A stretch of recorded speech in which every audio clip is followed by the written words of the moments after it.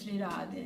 আমরা সংসারে যেভাবে এক স্ত্রী স্বামীকে যেভাবে ভালোবাসে মন দিয়ে প্রাণ দিয়ে, সেইভাবে গোবিন্দকে যদি আমরা সেইভাবে ভালোবাসতে পারি তাহলে গোবিন্দও আমাদেরকে সেইভাবে ভালোবাসবেন।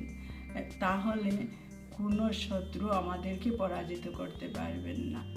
ভালোবাসলেই তো হয় না, মন প্রাণ সব গোবিন্দের কাছে সমর্পণ করতে হয়। নিজে যদি আত্মসমর্পণ করতে পারো তাহলে গোবিন্দ সব সময় তোমার সাথে থাকবেন এবং তোমাকে আপদ বিপদ সকল সময় তোমাকে রক্ষা করে রাখবেন। প্রতি মুহূর্তে তুমি গোবিন্দকে তোমার সাথে দেখতে পাবে।